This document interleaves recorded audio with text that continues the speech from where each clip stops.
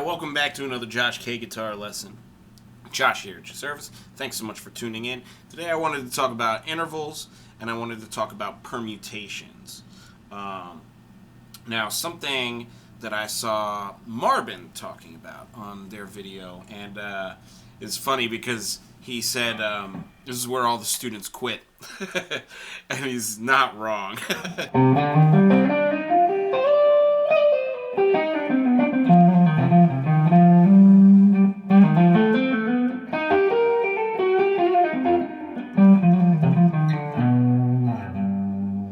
But anyways, a place where a lot of people get really frustrated. They're trying to learn how to shred, if you will. And us guitar teachers, music teachers in general, have this way of answering that by saying, do your scales, do your modes, right?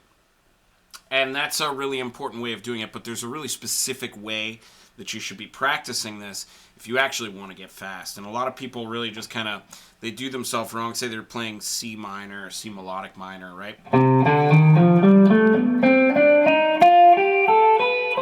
And they just kind of, they go wrong by essentially they're just playing the scale.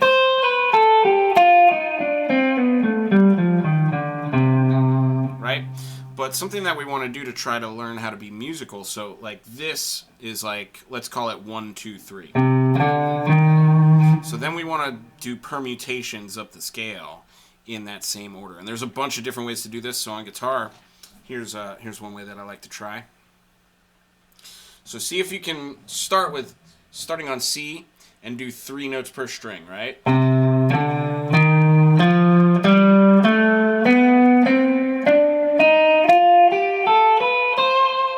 Right?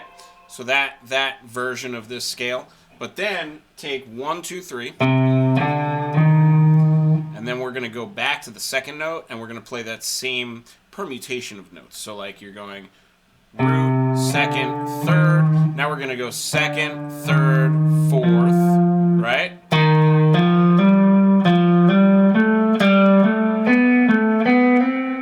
Right?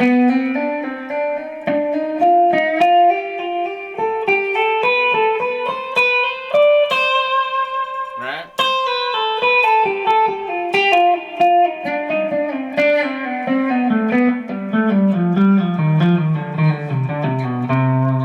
Right, just little patterns like that, right? Then you want to do something else, because something that I learned was really important was spacing in intervals. So you can play a phrase, right? Let's say we have a musical phrase.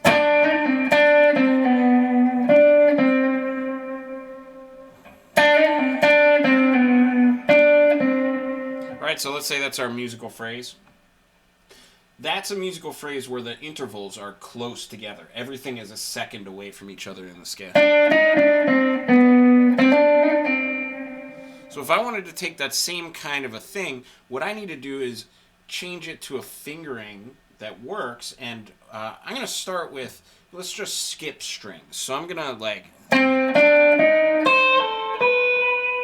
right?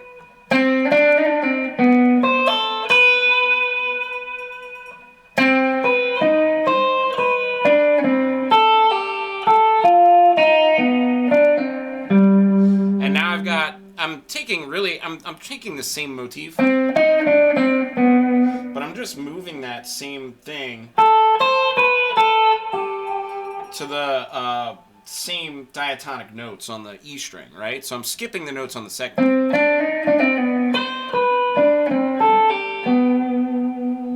Right? And now I've got some interesting intervallic jumps that speak to me a little bit more musically than just, right?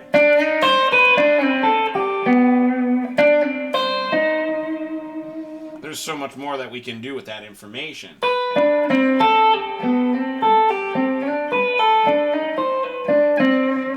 can spread things out, right? So let's say I want to do... Oh, I cheated and went to the second string.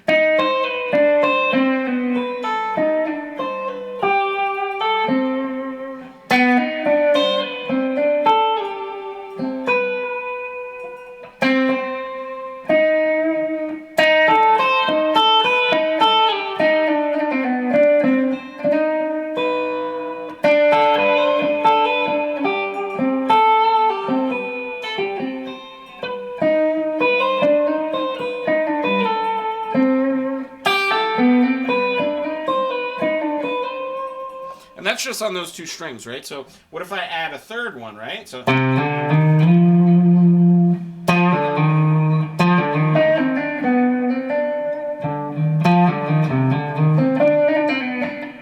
now I can maybe sweep through.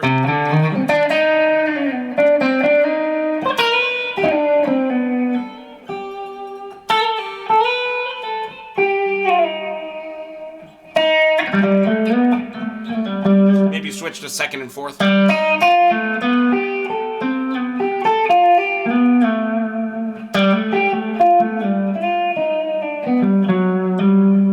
Every once in a while I'll pass through and cheat a little bit, but the idea is that you're looking for more interesting melodic placements than just like...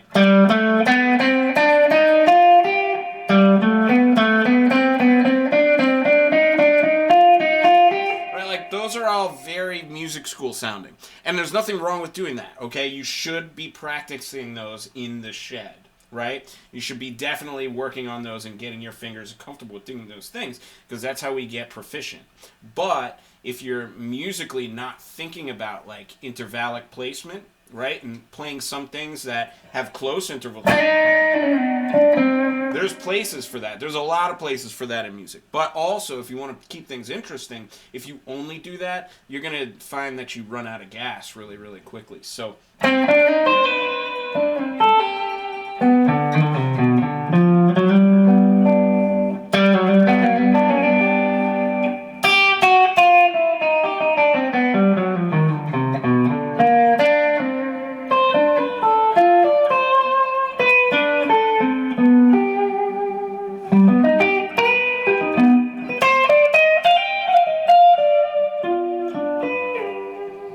Right? If you don't find yourself moving a little bit, then you'll find that you're playing, like, you find yourself kind of staying inside of these boxes, and then you get really tired of your playing, and you feel like you maybe get stale and stuff. So I encourage anyone who's maybe feeling like they're in a box right now, try and practice, like, start with, like, these...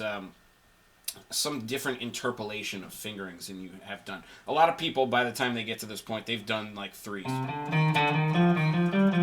Like, that's easy. But maybe try, like, do that.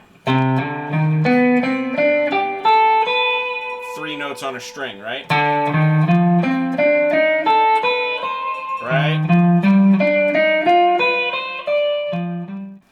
Anyways, I'm going to go ahead and play my way out, but have a happy Theory Thursday. I'll see you in the next one.